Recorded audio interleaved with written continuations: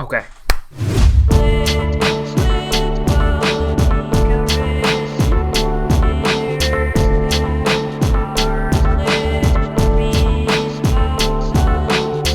Good evening, Internet. This is Olin from What I'm Listening To. It's currently 11:39 p.m. It's January 25th of 2024, and I'm taking this silent, quiet opportunity to record a video. So, funny story, not too long ago, two friends and I went out to Berkeley to see a movie, American Fiction to be specific, which was awesome.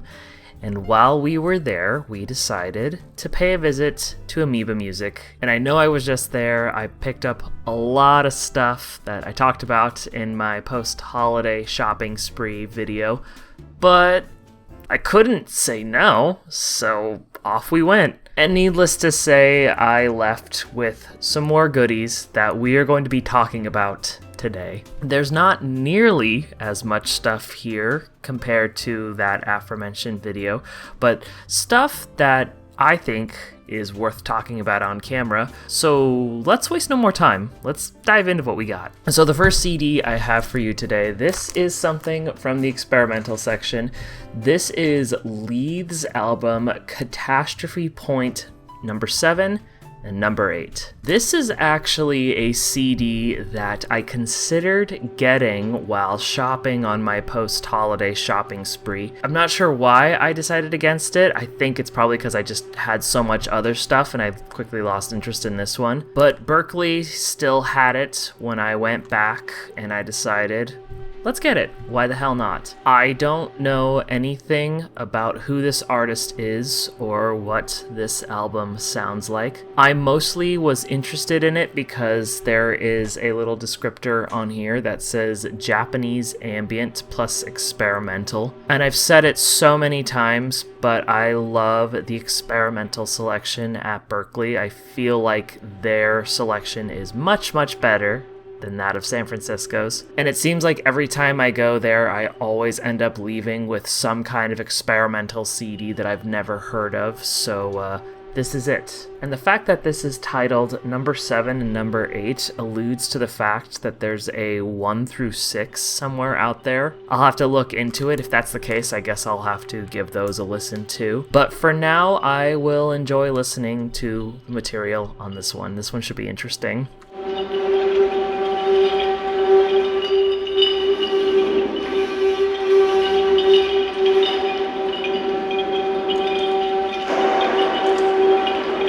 Staying on the topic of the experimental section, next up, I have a Throbbing Gristle CD. In the last Berkeley video, I also got a Throbbing Gristle CD, and this was yet another thing that I saw during that trip and I held off on getting, and well, now I have it. This is actually a much later release. I believe it was recorded sometime in 2004, 2005, and eventually released in 2007. I guess you could call it somewhat of a reunion album because the last thing they put out was in 2004, and then the time before that was in 1986. And actually, this is a cool version because this is the album that came out in 2007. This is called Part 2, The Endless Knot, and packaged in it is the album that was released in 2004, which is called TG Now.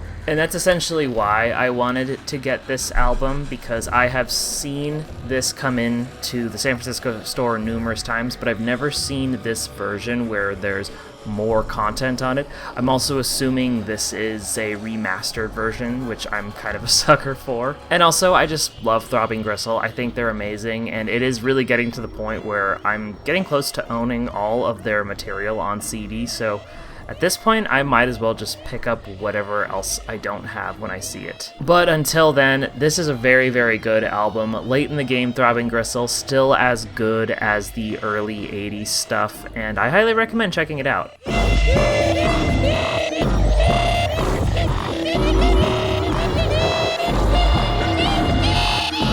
Moving along from experimental, we are going into the iRock section, which is quickly becoming my other favorite section at Amoeba Berkeley. From there, I have 2 CDs by the Turkish psychedelic singer Gaye Akyol. Once again, referencing my previous Berkeley trip, I picked up an album by her on a whim because I didn't know anything about her or her music or that album in particular. I mostly bought it because I thought the cover looked really cool. It had an employee recommendation sticker on it, and it was described as Turkish psychedelia, so just all of that sounded great to me. And well, I quickly become a fan of her work, so I browsed through iRock and I managed to find 2 more CDs from her discography. They both have titles that are in a different language, but the English translation for these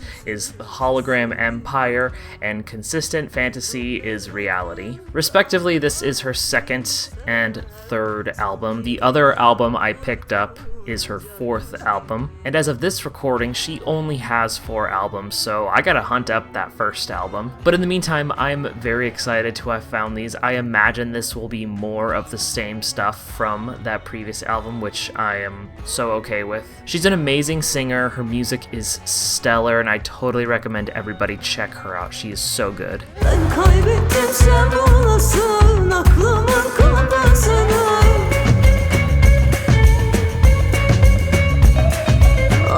Tekrarlı hayal hakikattir. Ölüm var mı yoksa bir rüya? Next up, I have, I guess this would be the wild card, even though all of these are kind of wild cards. This is Professor Rhythm's album, Professor 3. In addition to being a fan of the experimental and the iRock section, I've been quickly becoming a fan of Berkeley's African section because, again, there's a lot of stuff there that I never see in San Francisco. This is one I mostly got because my friend basically said it was great. She had pulled it from the section and showed it to me, asked me if I'd heard of it. I said I hadn't, and she was like, this is so good. I was listening to this a lot during quarantine, so I just thought, in the spirit of getting stuff I don't know, I'm just gonna buy it. I figured I couldn't go wrong getting this one. The friend who recommended it to me has a really good taste in dance, funk, and soul stuff. The fact that this is on Awesome Tapes from Africa, which is an amazing label, and just look at it. Look, he looks like he's having a great time. Yeah, I mean, come on. This just looks like such a fun record, so I just couldn't help myself. I got it.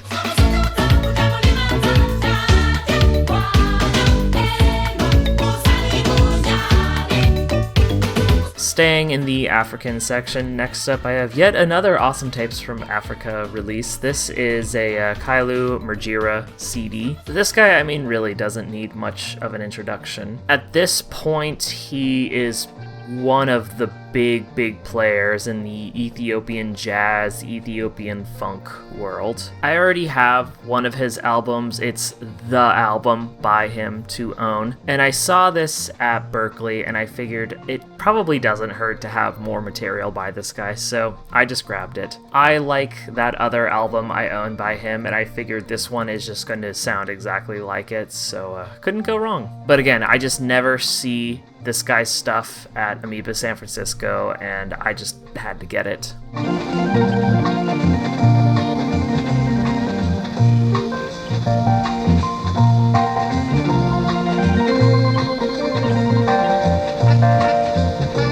And finally, we're going to end things off going back to the iRock section. This is something I am very excited about. I think this is the biggest find I've had in a while.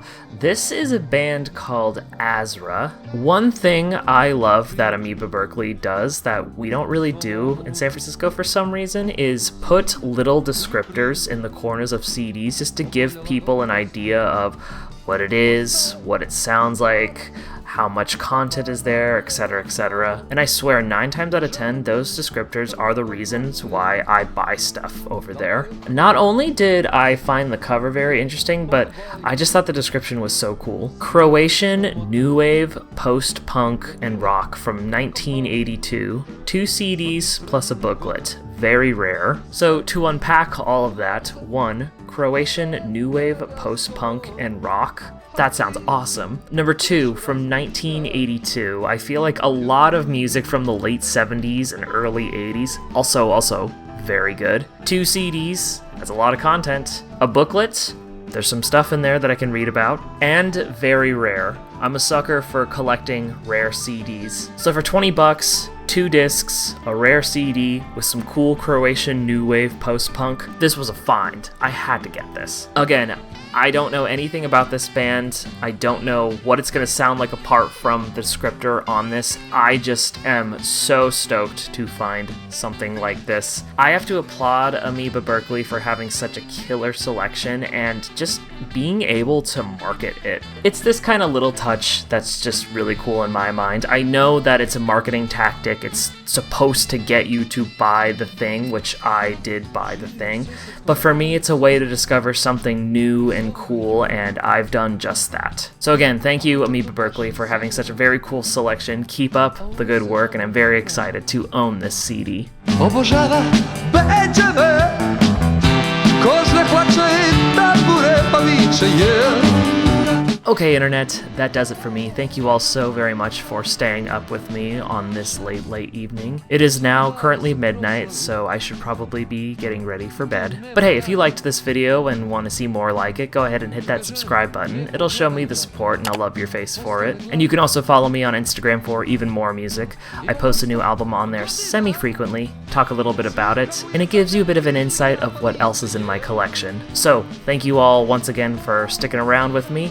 This is Olin from What I'm Listening To, signing out. Goodbye.